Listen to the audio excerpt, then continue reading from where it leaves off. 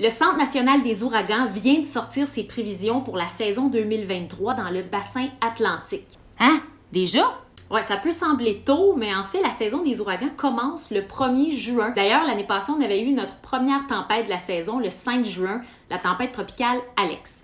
Pour 2023, selon le Centre national des ouragans, on prévoit 40% de chances d'avoir une saison aussi active que la moyenne, 30% de chances d'avoir une saison qui est plus active que la moyenne et 30% de chances d'avoir une saison qui est moins active que la moyenne.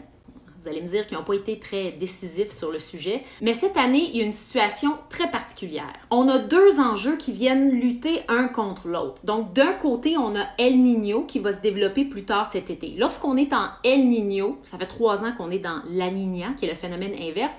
Quand on est dans un El Niño, bien souvent, les tempêtes sont moins intenses, il y en a moins, on a une saison des ouragans qui est moins active. D'un autre côté, avec les changements climatiques, l'eau n'a jamais été aussi chaude dans l'Atlantique. Alors, les températures sont beaucoup plus élevées, puis l'eau chaude, bien, ça vient donner de l'énergie aux tempêtes. Et plus l'eau est chaude, plus on a des chances d'avoir une saison qui est plus active.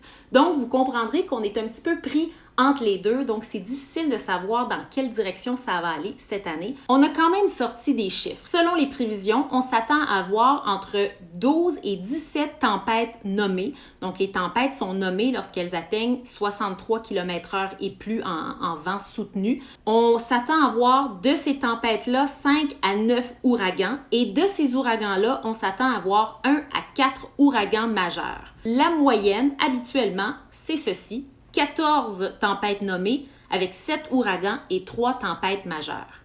L'année dernière, on avait eu 14 tempêtes nommées, 9 ouragans et 2 ouragans majeurs, Fiona et Ian. D'ailleurs, ces deux noms ont été retirés de la liste. Plus jamais on aura des tempêtes avec ces noms-là.